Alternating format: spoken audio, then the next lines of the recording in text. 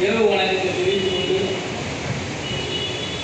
இந்த அருமையான பட்டிமன்றத்தில் பேசுவதற்கு வாய்ப்பளித்த அனைவருக்கும் நன்றி கலந்த வணக்கங்களை தெரிவித்துக் கொண்டு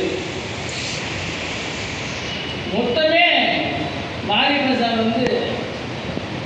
மழையளவு பொய்ய சொல்லிட்டு அமைதியா உட்கார்ந்துருக்காரு. அப்ப சொன்னது கூட பொய். மழையளவு பொய். நாங்க அந்த மழை மேல ஏறி நின்றுக்கிட்டு உண்மையை சொன்னாதான் உங்களுக்கு எல்லாம் விளங்கும். கேட்டுக்கோங்க ஐயா, மாரியம்மன் சார் கேட்டுக்கோங்க. பொய்க்கு மேல நாங்க ஏறி நின்று உண்மையை சொல்ல வேண்டிய கட்டாயத்தில் இருக்கிறோம். பரலோகத்தில் இருக்கும் பரமவியாவே அப்படிம்பாங்க. அண்டவா எங்களுக்கு பரமவியாவாக வீட்டிருக்கக்கூடிய பகலாரம் ஐயா அவர்களே, நீங்க பேசுறதெல்லாம் கொஞ்சம் கேட்டுக்கோங்க. கண்டிப்பா பொறுமையா கேட்டுக்கோங்க. ஒரு 3 விஷயம் போல மாரியம்மன் சொன்னதுக்கு நான் விளக்கம் சொல்லிட்டு அப்புறம் உள்ள போறேன். கண்டிப்பா விளக்கம் சொல்லிட்டு ஆகணும். திருவிழா அப்படிங்கிறது ஆண்களுக்கு மட்டும்தான் சொந்தம் அப்படின்னாரு.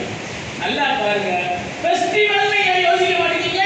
ஃபெஸ்டிவல் ஏன் நீங்க இங்கிலீஷ்ல யோசிக்க மாட்டேங்கிறீங்க? ஃபெஸ்டிவல் அப்படினா அவள்ல கடைசில முடியும். அது பெண்களுக்கு தான்.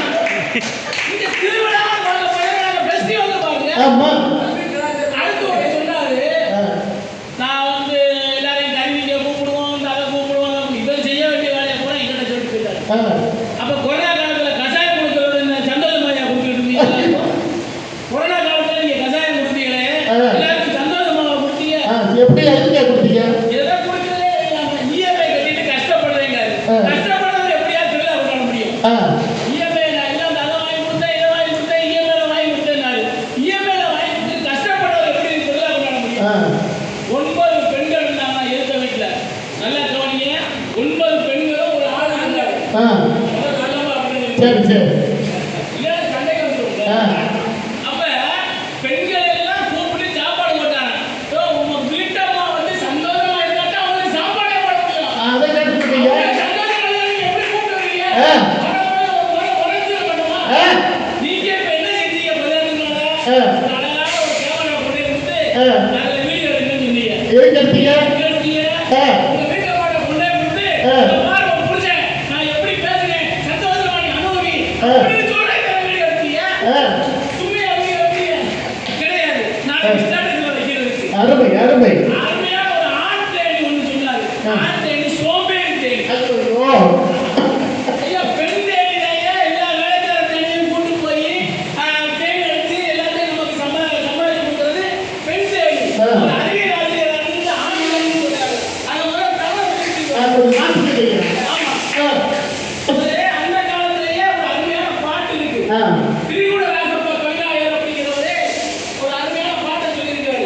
என்ன சொல்லியிருக்காருன்னா, பொங்கு கணங்குலை மண்டிய ரெண்டை புரண்டு புரண்டாட பல பைங்குளில் மண்டு கலந்தது கண்டு மனதிலே வந்தோட இங்கிது கண்டுல வெண்படு நண்பன் வெண்டிட சென்றாட பல பங்கைய மங்கை வசந்த சௌந்தரி பந்து பயின்றாளே. மங்கை அதான் சொல்லுவாங்க. மங்கை வசந்த சௌந்தரிங்கிறது யார் அப்படின்னா, அந்த மங்கை அந்த காலத்திலேயே பந்து விளையாடி சந்தோஷமா இருந்திருக்கலாம். ஆனா நீங்க இந்த இலையில சந்தோஷமாவே இல்ல. ரொம்ப ரொம்ப ரொம்ப ரொம்ப நல்லா யோசிச்சு பாருங்க.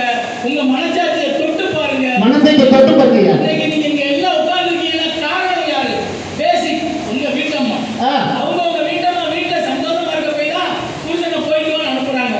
அதே போகும்போது எங்க போறேரு, எப்ப வருவேரு, எத்தனை மணிக்கு வருவேரு அப்படின்னு சொல்லி உங்களை கேள்வி கேட்டுக்கிட்டே இருந்தாங்க. நீங்க உங்களால இங்க சந்தோஷமா பேச முடியுமா? பாருங்க, நிச்சயமா முடியாது.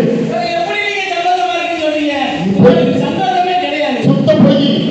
ஒரு வார்த்தை சொல்றேன் கேட்டுக்கோங்க.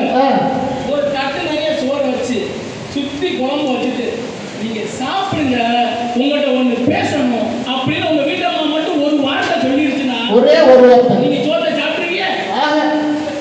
இல்ல நீங்க சோத்தை சாப்பிட முடியுமா? முடியாது. நல்ல சோறு பாயாசம் எல்லாம் வச்சா கூட சாப்பிட்டு முடிஞ்சோடனே உங்கள்கிட்ட ஒரு வார்த்தை பேசணும், நீங்க சாப்பிடுவாங்கன்னு சொல்லியாச்சுன்னா அந்த சோறு தொண்டைக்குள்ள இறங்கவே இறங்காது. இவ என்னத்தை கேட்க போறாளோ, நம்ம போன வாரம் அங்க போனோமே அதை கேட்க போறாளா, இந்த வாரம் இங்க போனோமே அதை கேட்க போறாளா, நாளைக்கு நம்ம என்ன செய்ய நினைச்சிருக்கோம் கேட்க போறாளா, எந்த வீட்டுக்காரங்க போய் நம்ம கடையில் அடிக்கிறோமே அதை பார்த்துட்டாலும் அப்படி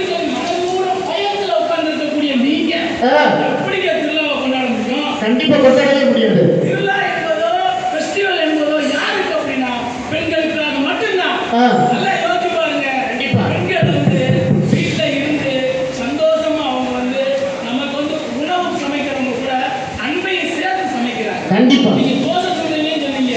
ஆசையா தோசை சுடுற அந்த பெண்ணுடைய கரங்களுக்கு வளையல் போட்டு சந்தோஷப்படுத்த நீங்க நினைக்கலாம்.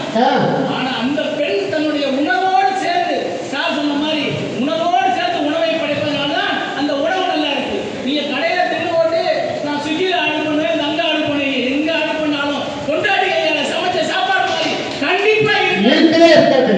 உங்களுடைய உடல் ஆரோக்கியத்துக்காக ஒத்துழைத்து கொண்டிருக்கீங்க. அந்த மனைவியை பார்த்து நீங்க சோறு போடுறதா தோசை போடுறதா சொல்லிட்டு இருக்கீங்க. இன்னும் நல்லா சொல்றேன், எந்த பண்டிகையா இருந்தாலும் பெண்கள் நல்லா தலை நிறைய பூ வச்சு பியூட்டி பார்லருக்கு போய் நல்லா மேக்கப் போட்டு இல்லையா அழகான பதார்த்தங்கள்லாம் உண்டாக்கி அவங்க எதுக்கு அதை கொடுக்குறாங்க அப்படின்னா அவங்க சந்தோஷமா இருக்கிறதுனால தான் உங்களுக்கு கொடுக்குறாங்க. கண்டிப்பா அவங்க சோகமா இருக்காங்கன்னா நீங்க திருவிழாவை கொண்டாட முடியுமா? முடியவே முடியாது. அவங்க சந்தோஷமா இருக்கிற போய் தான் நீங்க திருவிழாவை கொண்டாடிட்டு இருக்கீங்க. எல்லா பண்டிகைகளையும் சொல்லலாம். இன்னொன்று பார்த்தீங்க அப்படின்னா இன்னைக்கு பார்த்தீங்க சரஸ்வதி பூஜை, வரலட்சுமி விரதம் எல்லாமே பெண்களுக்கு தான் வச்சிருக்காங்க. கல்யாணம் முடிக்காத விநாயகருக்கு வேணா வச்சிருக்காங்க. கல்யாணம் முடிச்ச எல்லா பெண்களுக்குமே வரலட்சுமி பூஜை, சரஸ்வதி பூஜை இதெல்லாம் கொண்டாடிக்கிட்டு இருக்காங்க. இன்னைக்கு பெண்கள் இல்லாத வீடுகளை போய் பாருங்க, பாலடைஞ்ச பங்களா மாதிரி. கண்டிப்பா பெண்கள் இல்லாத வீட்டுல போய் ஒரு திருவிழா கொண்டாட பார்த்தீங்கன்னா என்னத்தை கொண்டாட ஒரு திருவிழா இதுக்கு நான் வந்து உட்காந்துட்டாங்க அப்படின்னு சொல்லிட்டு எல்லாருமே சோகமா இருப்பாங்க. அப்படிய பெண்கள் இருக்கிற வீட்டில் தான் எல்லாருக்கும் சந்தோஷம் நிலைத்திருக்கும் என்று கூறிக்கொண்டு ரெண்டே ரெண்டு வார்த்தைகளை மட்டும் சொல்றேன். அம்மா அப்படிங்கிற 3 எழுத்து இருக்கு, அப்பா அப்படிங்கிற ஒரு 3 எழுத்து இருக்கு. இதுல ரெண்டுலயுமே ஆனா என்பது எதை குறிக்கிறது? ஒண்ணுதான். ஆனாங்கிறது அகரத்தினுடைய முதல் எழுத்து. அம்மாவுக்கு வருது, அப்பாவுக்கு வருது. ஆனா அதுக்கு அடுத்து வரக்கூடிய 2 எழுத்தை பாருங்க. இம் மா அம்மா, இங்க இப்பு பா அப்பா. மேல இருக்கக்கூடிய இம்மன்னாவும் மாவன்னாவும் மெல்லினத்தை குறிக்கும். நல்லா ஞாபகம் வச்சுக்கணும். மெல்லினம். பெண்கள் மெல்லினம் போன்றவர்கள், அன்பானவர்கள், அழகானவர்கள், அடக்கமானவர்கள், சந்தோஷமானவர்கள், இதெல்லாம் வந்து அம்மாளவர்கள். அதுக்கு அடுத்து இருக்கக்கூடிய அப்பா பாருங்க. இப்பா இப்பனாவும் பாவனாவும் பார்த்தீங்கன்னா வல்லினம். நீங்க எல்லாரும் முரட்டுத்தனமா இருப்பீங்க. பிள்ளைகளை பார்த்தா அடிக்க வேண்டியது, கொண்டாடிய பார்த்தா குறை சொல்ல வேண்டியது. இதே சோழியா இருக்கிறாங்கன்னா நீங்க வல்லினமா இருக்கீங்க. பெண்கள் மெல்லினமா இருக்காங்க.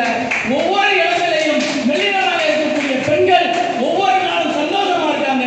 வல்லினமாக இருக்கக்கூடிய நீங்கள் எப்பொழுதுமே சந்தோஷம் இல்லாமல் துயரப்பட்டுக் கொண்டிருக்கிறீர்கள். ஆகவே நடுவர் அவர்களே, மீண்டும் ஒருவரை உங்களை ஞாபகப்படுத்துகிறேன். பரலோகத்தில் இருக்கும் பரமபிதாவே,